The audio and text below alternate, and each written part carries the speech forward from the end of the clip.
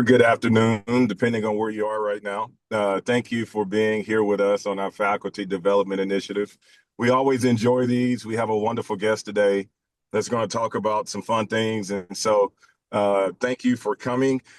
Dr. Amanda Goetzke, you're going to hear me call her Dr. Amanda, right? I think she loves going by that instead, is going to be our guest today. She's the Associate Vice President of Instructional Design and Innovation here at ACUD. And so we are honored to have you here at our FDI to give this talk. Just to let everybody know, the chat, I'm going to monitor the chat, and any questions, Dr. Amanda will be able to answer those. And these last normally around 30 minutes. And so we just thank you that you took the time to, give us some moments. And I'm going to stop talking and I'm going to turn it over to Dr. Amanda. And again, thank you for being our guest today. Yeah, absolutely. Thank you all for having me. It's always fun to come see your faces. I know some of you I don't get to see as much anymore, so this is always fun for me. Lacey and Sarah are both here. They are also standards experts, so they can help in the chat as well, answer your questions. I'm going to give you guys a little bit of overview. The word on the street is, that there's still maybe some confusion around some standards.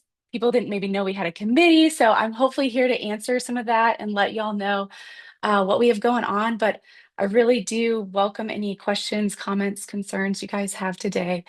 Happy to talk through all of that. So yeah, and I tend to go by Amanda because, let's be honest, Goetzke is a little bit hard to pronounce. So whatever, but I respond to any form of, Goetzke, whatever comes out, I'll respond to. But good to see y'all today. So I'll go ahead and share my screen. I just have a really basic slideshow because really today I would love for there to be more of a conversation. Lacey, James, feel free to come off mute because I can't see the chat while I'm doing this. So if there's a question, holler at me, interrupt me, whatever you need. So real quick, we're just going to go over kind of the history of their standards, how we got here, what is the purpose of standards, what types of standards do we have? Did you know we have 4 different types? And how can you become involved in the course standards? So let's go ahead and get started. So for any of you who are here, I can't all see your faces now, but I know, like I see Leah, some of y'all were here with me back in 2017. So for those of you who were, I reported up to Dr. Joey Cope at that time. So instructional design lived in academics. And so Dr. Joey Cope had, I think we, of course, called it a task force because why wouldn't we call it a task force here?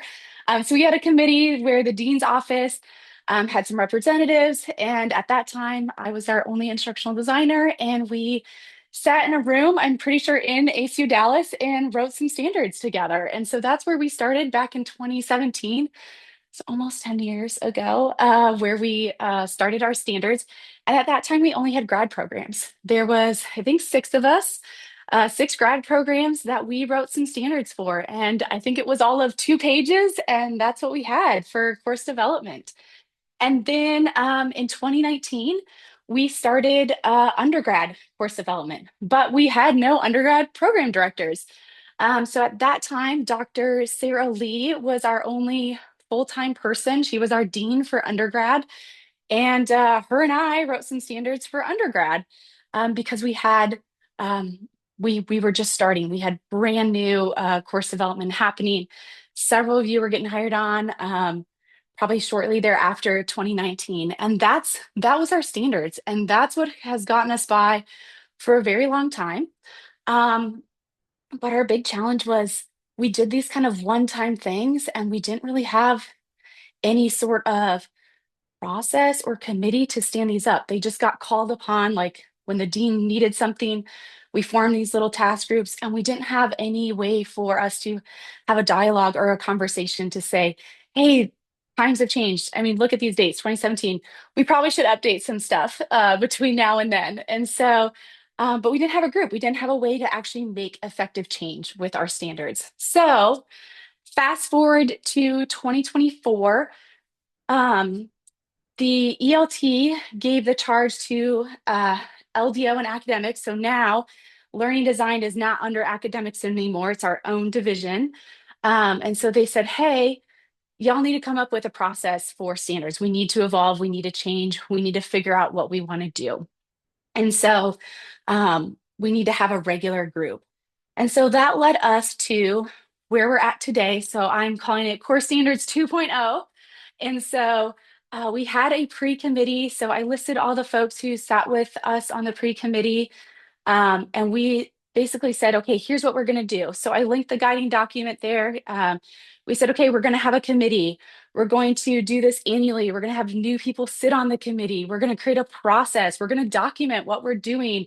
How do a standard happen? How does a standard get changed? So this is really the first time in ACU Dallas history where we've had a way to change a standard, talk about it, have a group, and come up with who's a part of that committee. And so now we have a core standards committee. They started in January of 2025. So this group has been going a full year now. And so that committee now is composed of instructional design. So I sit on that committee. I'm our representative. Our faculty council chair sits on it. Tim from the MFT program has been filling that poor seat for Alicia because, she can't be in like 500 places at once. We have then graduate program directors or full-time faculty are eligible. And there's one from each college, both from grad and undergrad, because our standards represent all of our programs. And then we have Dr. Scott Self, who's our vice provost for academic affairs and development, and Abby Green from our student wellness office to serve for accessibility concerns. So I can't see everybody's face on here, but I'm trying to I'm not going to rattle it off the top of my head. But if you're on the call and you're in the standards committee, feel free to chat. And so your fellow colleagues know who you are. I think I saw Kathy Carroll, so I know she's on our committee. And so now we have a group. And so that's kind of where we're at today with our core standards committee. Um, as I spoiled in the beginning, we actually have 4 different types of standards. And so we did some work on redesigning the document that had our standards so that it's more clear for folks what type of standard we're referring to when we have a standard. So the kind of base level standards are regulatory standards. So think American Disability Association, think federal financial aid, think Department of Education. These are the standards that, because we are a higher ed institution, we're SACS accredited, these are the things we have to follow. So a really basic one is we have to have in an online classroom, you have to have a graded activity every week so you can document the participation of your student. So a little bit different than a residential campus where they don't have to do that. So, but online currently has more regulations in place than a residential campus. So that's an example of one of our regulatory standards. We don't have a choice. Federal financial aid says this is what you must do. Institutional standards are standards that are executive leadership team. So primarily what George's body does in academics, what we are going to do for a standard that's specific to our campus. So a really basic one is, for example, our courses start Tuesday and go through Monday. You can't change the weeks of our semesters. So that adds consistency right to our courses. We have standardized terms. These are when your terms start and end. This is, and we go by Central Standard Time. So that is an institutional standard that was created for consistency among our courses. So I'm going to pause there. Any questions there? James, Lacey, if we're good? Yeah, I Okay. think we're good. Yeah. Okay. Then the last 2 types of standards, probably 90% of our standards falls under the academic standards. So these are standards that were originally created by those deans groups that are what now the voting body of ACU is taking up, that committee. So this committee, I think we've changed probably 4 or 5 standards already in this year that we've been together. So this is what you are all empowered to speak into and make changes to. So these are the standards that create, like I said, most of our standards. An easy example is one of our current academic standards say that Your assignments should be aligned to your objectives in your course. Kind of makes sense, right? But that's an example of a standard for academics. And then finally, we have programmatic standards. So if you're a program director, you have the authority to create standards for your program. So these are standards that you want to ensure all of the courses in your degree program follow. For example, DNP has a rubric that every SME must use for their discussion questions. So I know EDD has like a rubric for writing, right? They expect a higher level of writing from their students in the doctoral program, right? You might have other activities. I see a lot of secondary accreditation requirements here, where maybe you have to map to a certain secondary accreditor. I've seen some courses that some programs require reflective discussion in every course. So there's a huge variety of what those programmatic standards are. If you are a PD, you're probably actively working on our yearly review of your programmatic standards with your dean and Lacey. Um, it's just a Google Doc with, hey, this is all the things that are special about your program. So any questions there on our last two types of standards? Doc, I don't see any in the chat. Okay, thank you. Oh, I Okay. did link guys on both of these pages. I just took snippets from, it's a very long document explaining all of these standards. I just took snippets from them. So I did put the full link to the guiding document at the bottom of each of these pages if you want to read the full text for these. But I took Dina's wisdom and tried to not have just a giant text slide for you guys here. Okay, so this is new as of 2025. So I just wanted to make sure you all saw this as far as how a standards can get changed. So anybody, any faculty, staff, adjunct, like anybody can propose a standard to our change. Then they draft up, hey, this is why we want this change. This is what we want to do, whether it's adding a new standard or modifying an existing one. Then that committee who I mentioned earlier that's meeting. We've currently been meeting more than 3 times a year. We've been meeting about monthly just because this is the first time the committee's been getting together. So we've had a lot to talk about. Um, but the committee will meet and the committee will review that proposal. And if the committee agrees that yes, this standard definitely should be a part of all of ACU Dallas's requirements, then we will submit that to faculty council for vote. So I believe, hopefully, most of you were a part of the vote that happened for a couple standards. Gosh, was that maybe November's faculty council? You guys did that. So then it goes to faculty council for vote.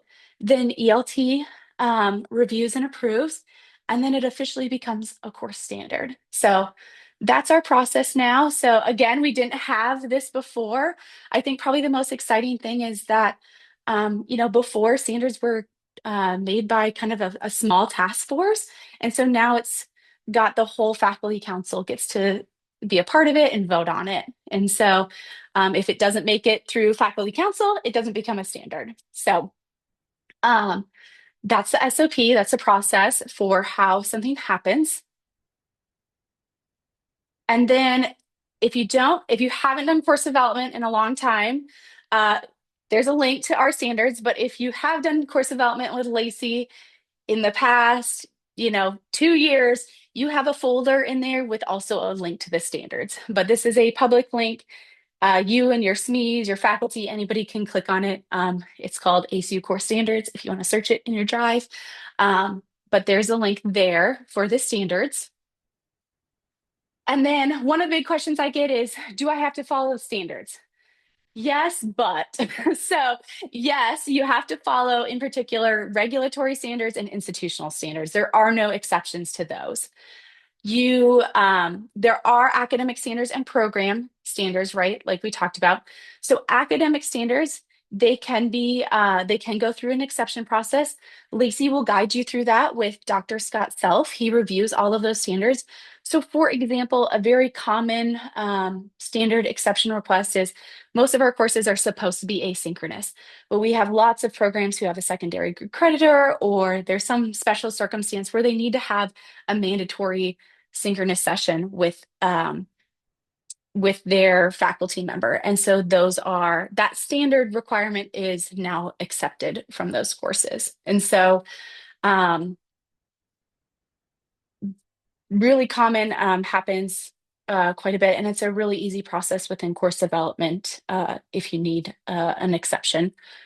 And then the programmatic standards, so the standards set by the program director, that's me or faculty member would need to work with that program director to see if it's appropriate for them to not follow one of the standards set forth by um, the program director. So those are the yes buts for the standards. And then how you can get involved. We've had only a couple of submissions to standard revisions. So please, please, please, if there is a standard you have questions about, you're welcome to come talk to our committee or any of your faculty fellow representatives from your college. Or if you have a suggestion for a standard or a revision, please fill out this form. It just asks you, hey, what would you like to see changed? It's a really hopefully simple form for you to fill out. And then we are actually in the process of selecting our new committee. So our committee has served for a year now. It is January. So we are in the process of picking the next group who will serve as our course standards committee for the next year. So if you're interested, go let your dean know so they can submit your name to nominations if you would like to serve on the committee. And uh, meet with us. And so that committee, like I said, reviews all the forms that come in and helps bring new proposals to the council. That is all I have, guys. So hopefully that is a short and sweet overview of our standards. Um, for those of you who haven't been here for 10 years, hopefully you got a little history of where we came from and where we are today. But any questions, I think standards probably affects everybody on this call. So any questions, any conversation that y'all have? I know we're waiting on the chat, Dr. Amanda. I will say I'm grateful to you and your team. As I'm learning all the different processes and everything that's happening, it's remarkable to see how efficient y'all are, considering all of the people you have to service. And so we can't say thank you enough for just the efficiency and just the attitude that y'all approach getting everything done. I know I'm probably speaking for everybody. Very, very grateful and great presentation. Thanks, James. Yeah, we now have 650 courses that team serves. So give Lacey a hug because she's been a little busy trying to do it all. We are on track to do. She's done more this year, and we still have through May for the fiscal year. She's done more through May to January than we did all of last year already. So Wow. think we're on track to maybe hit 150 courses that we will have built or redesigned this year. So yeah, I'm pretty sure Lacey can like just recite standards in her sleep. But yeah, it's a really, fun document. I think it's like 4 pages if you want to go read it for fun, but it helps give you a snapshot. But probably one of the things I'll say is it's truly amazing to me how much of our processes rely on kind of these standards for example, I don't know if y'all know, but every single one of your courses is reviewed to see if a student has participated in it or not. And if they haven't participated by the Friday of week one, Amy's team in registration operations goes ahead and withdraws that student. So they aren't charged for that course if they don't log in and do anything in their first week. And so that's why you have an activity that's required to be due in week one, not only for federal financial aid, but for our PAW reports, so we can pull those students out of class and they don't carry more debt into their college career if they aren't going to participate. So just kind of really interesting to see how all of those things happen and just um, things that are happening behind the scenes in your courses for you. And I saw one question, Dr. Bro. Yes, this presentation will be made available to everyone. So yes to answer that question. Yeah, and I can put the link in the chat if you want the presentation. But I will get it out to uh, Gina and James as well, but there's a presentation if you want it. Thank you. Yeah. Any questions, anyone? Hey, you did such a good Um, job, Dr. Amanda, all that right. no one has questions, right? No one Hey, has we know how questions. busy. We know how busy you are. And so thank you for doing this. Thank you for taking the time. As I said before, just a wonderful presentation for a wonderful team. So please let us know what we can do and to make your life easier and better. So very grateful. Yeah, no, thank you, James.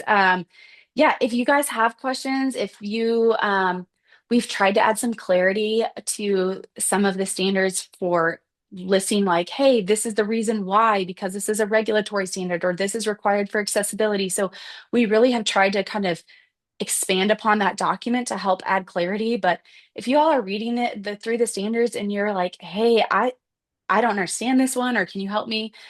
Typically, those come up through like course development, and Lacey handles that. But I am more than happy to meet with any of you, and explain anything that's on there.